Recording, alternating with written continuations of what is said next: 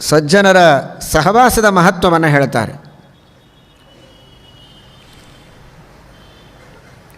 ಅಸಜ್ಜನಃ ಸಜ್ಜನ ಸಂಗಿ ಸಂಗಾತ್ ಕರೋತಿ ದುಸ್ಸಾಧ್ಯವಪೀಹಿ ಸಾಧ್ಯಂ ಪುಷ್ಪಾಶ್ರಯಾತ್ ಶಂಭುಶಿರೋಧಿರೂಢ ಪಿಪೀಲಿಕಾ ಚುಂಬತಿ ಚಂದ್ರಮಂಡಲಂ.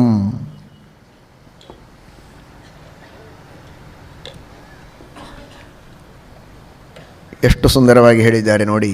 ಸಜ್ಜನರ ಸಹವಾಸವನ್ನು ಮಾಡಿ, ಸಜ್ಜನರ ಸಹವಾಸ ಮಾಡುವವರ ಸಹವಾಸ ಮಾಡಿ ಅಂತಾರೆ. ಮತ್ತು ಸಜ್ಜನ ಸಂಗಿ ಸಂಗಾತ್ ಬಹಳ ದೊಡ್ಡದು. ಮನುಷ್ಯನಿಗೆ ಉತ್ತಮವಾದ ವಿವೇಕವನ್ನು ನೀಡುತ್ತದೆ. ತಪ್ಪು ಮಾಡಿದಾಗ ತಿದ್ದುವಂತಹ ಒಂದು ಹಸ್ತ ಮೇಲೆ ಇರುತ್ತೆ. ಸತ್ಕಾರ್ಯಗಳನ್ನು ಮಾಡುವುದಕ್ಕೆ ಪ್ರೋತ್ಸಾಹನೆಯನ್ನು ನೀಡುತ್ತಾರೆ. ಸಜ್ಜನರಿಂದ ಆಗುವ ಲಾಭಗಳು ಬಹಳ. ದೇವರ ಬಗ್ಗೆ ತಿಳುವಳಿಕೆ ಹೇಳುತ್ತಾರೆ. ಧರ್ಮ ಅಧರ್ಮಗಳ ಬಗ್ಗೆ ತಿಳುವಳಿಕೆಯನ್ನು ನೀಡುತ್ತಾರೆ. ಯಾವುದು ಕರ್ತವ್ಯ, ಯಾವುದು ಅಕರ್ತವ್ಯ, ಯಾವುದರಿಂದ ನಮಗೆ ಶ್ರೇಯಸ್ಸು, ಯಾವುದರಿಂದ ನಮಗೆ ಹಾನಿ ಇದೆ, ಎಲ್ಲವನ್ನೂ ತಿಳಿಸ್ತಾರೆ ಸಜ್ಜನರು. ಆ ಸಜ್ಜನರ ಉಪದೇಶದಿಂದ ತಿಳಿದುಕೊಂಡಂತಹ ಇನ್ನು ಕೆಲವು ಜನ ಇರ್ತಾರೆ. ಅವರ ಸಂಘ ಮಾಡಿದರೂ ಸಾಕು, ನಮಗೆ ಅನೇಕ ಮಾರ್ಗದರ್ಶನಗಳು ಸಿಗತ್ತೆ. ದುರ್ಜನರ ಸಹವಾಸವನ್ನು ಎಂದಿಗೂ ಮಾಡಬಾರದು. ಸಜ್ಜನರ ಸಹವಾಸವನ್ನು ಬಿಡಬಾರದು. ಬರೀ ಮಾರ್ಗದರ್ಶನ ಸಿಗತ್ತೆ ಜೀವನದಲ್ಲಿ ಅಂತ ಮಾತ್ರ ಅಲ್ಲ, ಯಾವುದನ್ನು ನಾವು ಮಾಡಲಿಕ್ಕೆ ಸಾಧ್ಯವೇ ಇಲ್ಲ ಅಂತಹ ದೊಡ್ಡ ದೊಡ್ಡ ಕಾರ್ಯಗಳನ್ನು ನಮಗೆ ಮಾಡಲಿಕ್ಕೆ ಸಾಧ್ಯವಾಗತ್ತೆ. ಸಜ್ಜನರ ಸಹವಾಸ ಇದ್ದರೆ ಸಾಕು. ಇದಕ್ಕೇನು ನಾನು ಉದಾಹರಣೆಗಳನ್ನು ಕೊಡಬೇಕಾಗಿಲ್ಲ. ನಿಮ್ಮ ನಿಮ್ಮ ಜೀವನವನ್ನೇ ನೀವು ತೆಗೆದುಕೊಂಡು ನೋಡಿದರೆ ನಮಗೆ ಗೊತ್ತಾಗತ್ತೆ. ಸಜ್ಜನರ ಸಹವಾಸದಿಂದ ಏನೂ ಗೊತ್ತಿಲ್ಲದವರು ಒಂದೊಂದೇ ಅಕ್ಷರಗಳನ್ನು ಕಲಿಯುತ್ತಾ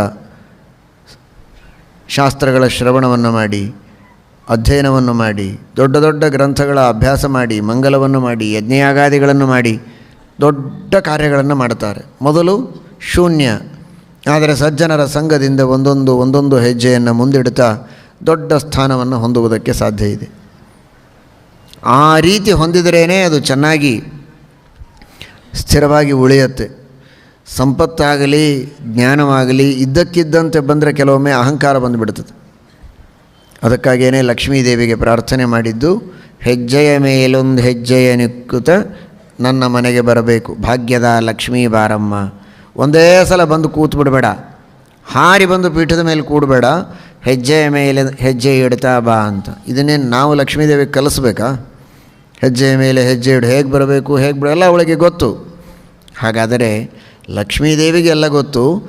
ನೀನು ನಮಗೆ ಸಂಪತ್ತು ಕೊಡುವಾಗ ಹೀಗೆ ಕೊಡು ಅಂತ ಪ್ರಾರ್ಥನೆ. ಅದು ಸಂಪತ್ತು ನಮಗೆ ಹೇಗೆ ಬರಬೇಕು ಅಂದರೆ ಹೆಜ್ಜೆಯ ಮೇಲೆ ಹೆಜ್ಜೆ ಇಡ್ತಾ ಬರಬೇಕು. ಸ್ವಲ್ಪ ಸ್ವಲ್ಪ ದುಡಿಯಬೇಕು, ಸ್ವಲ್ಪ ಸ್ವಲ್ಪ ಹಣ ಬರಬೇಕು, ಮತ್ತೆ ಹೆಚ್ಚು ದುಡಿಯಬೇಕು, ಹೆಚ್ಚು ಹಣ ಬರಬೇಕು. ಹೀಗೆ ಬಂದರೆ ಕಷ್ಟಪಟ್ಟು ಮನುಷ್ಯ ಹಣ ಗಳಿಸಿದರೆ ಅಹಂಕಾರ ಬರೋದಿಲ್ಲ. ಇದ್ದಕ್ಕಿದ್ದಂತೆ ಸಂಪತ್ತು ಬಂತು ಅಂದರೆ ಭಾರಿ ಅಹಂಕಾರ ಬರ್ತದೆ, ಏನೂ ಕಾಣಿಸೋದೇ ಇಲ್ಲ ಅವನಿಗೆ, ತಲೆಯ ಮೇಲೆ ಕಣ್ಣು ಬರುತ್ತೆ. ಹಾಗೆ ಬೇಡ ಅಂತ. ಹಾಗೆ ಜ್ಞಾನವಾಗಲಿ ಸಂಪತ್ತಾಗಲಿ ನಮಗೆ ನಿಧಾನವಾಗಿ ಬರಬೇಕು. ಸಜ್ಜನರ ಸಹವಾಸದಿಂದ ಆ ರೀತಿ ಒಂದೊಂದೇ ಗುಣಗಳು ನಮ್ಮಲ್ಲಿ ಬರ್ತವೆ ಅಂತ ಹೇಳ್ತಾರೆ. ಉದಾಹರಣೆ ಕೊಡ್ತಾರೆ ಅದಕ್ಕೆ. ಇರುವೆ ಚಂದ್ರಮಂಡಲವನ್ನು ಮುಟ್ಟೋದು ಅಂದರೆ ಸಾಧ್ಯವ ಹೇಳಿ? ಮಾನವರಿಗೇ ಸಾಧ್ಯವಾಗದ ಮಾತು. ಮಾನವರಿಗೇ ಬಹಳ ಕಷ್ಟ ಸಾಧ್ಯವಾದಂತಹ ಆ ಚಂದ್ರಮಂಡಲವನ್ನು ಏರೋದು ಒಂದು ಇರುವೆ ಹೋಗುತ್ತೆ ಅಂದರೆ ಹೇಗೆ ಹೋದೀತು? ಆದರೆ ಅತೀ ಸುಲಭವಾಗಿ ಇರುವೆ ಚಂದ್ರಮಂಡಲಕ್ಕೆ ಹೋಗ್ಬೋದು.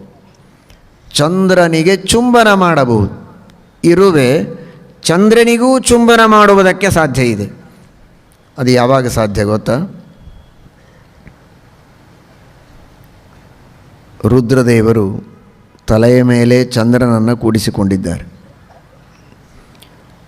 ಆ ರುದ್ರದೇವರೆಂಬ ಶ್ರೇಷ್ಠರಾದ ಸಜ್ಜನರು ಅವರ ಸಂಘ ಮಾಡಿದ ಒಂದು ಪುಷ್ಪ, ಹೂವು.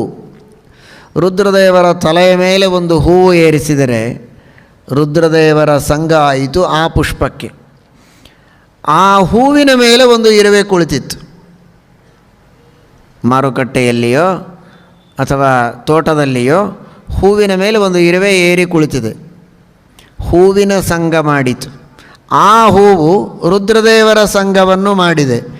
ಅಂದರೆ ರುದ್ರದೇವರೆಂಬ ಸಜ್ಜನರ ಸಂಘವನ್ನು ಪಡೆದ ಒಂದು ಹೂವಿನ ಸಂಘ ಆ ಇರುವೆಗೆ ಇದ್ದದ್ದಕ್ಕೆ ರುದ್ರದೇವರಿಗೆ ಹೂವು ಕೊಟ್ಟಾಗ ಅವರು ತಲೆಯ ಮೇಲೆ ಇಟ್ಟುಕೊಂಡ್ರು ಅಂತ ಅಂದ್ಕೊಳ್ಳಿ. ರುದ್ರದೇವರ ತಲೆಯ ಮೇಲೆ ಹೂವು ಇಟ್ಟುಕೊಂಡ್ರೆ ಅದೇ ತಲೆಯ ಮೇಲೆ ಚಂದ್ರ ಪಕ್ಕದಲ್ಲಿಯೇ ಇರ್ತಾನೆ. ಇರುವೆ ಅಲ್ಲಿಯೇ ಇರುವ ಚಂದ್ರನಿಗೆ ಚುಂಬನವನ್ನು ಮಾಡುವುದಕ್ಕೂ ಸಮರ್ಥವಾಗತ್ತೆ. ನೆಲದ ಮೇಲಿದ್ದ ಇರುವೆಗೆ ಮನೆಯ ಅಟ್ಟವನ್ನು ಏರುವುದೇ ಕಷ್ಟ ಸಾಧ್ಯ. ಅಂಥದ್ದು ಒಂದು ಹೂವಿನ ಮೇಲೆ ಏರಿ ಕುಳಿತ ಇರುವೆ ರುದ್ರದೇವರ ತಲೆ ಏರಿ ತಲೆಯ ಮೇಲೆ ಇರುವ ಚಂದ್ರನನ್ನೂ ಚುಂಬನ ಮಾಡುವುದಕ್ಕೆ ಸಾಧ್ಯವಾಗತ್ತೆ. ಈ ಕಲ್ಪನೆಯಿಂದ ನಮಗೆ ತಿಳಿಸಿಕೊಡೋದು, ನಾವು ಸಜ್ಜನರ ಸಂಘವನ್ನು ಮಾಡಿದರೆ ಭಗವಂತನ ಸಾನ್ನಿಧ್ಯವನ್ನು ಹೊಂದುವುದಕ್ಕೆ ಸಾಧ್ಯ ಇದೆ. ಯಾರೂ ಮಾಡದ ಶ್ರೇಷ್ಠ ಕಾರ್ಯಗಳನ್ನು ಮಾಡುವುದಕ್ಕೆ ಸಾಧ್ಯ ಇದೆ. ಸಜ್ಜನರ ಸಹವಾಸವನ್ನು ಮಾಡಬೇಕು ಅಂತ ಸತ್ಯಧರ್ಮತೀರ್ಥ ಶ್ರೀಪಾದಂಗಳವರು ತಿಳಿಸ್ತಾ ಇದ್ದಾರೆ.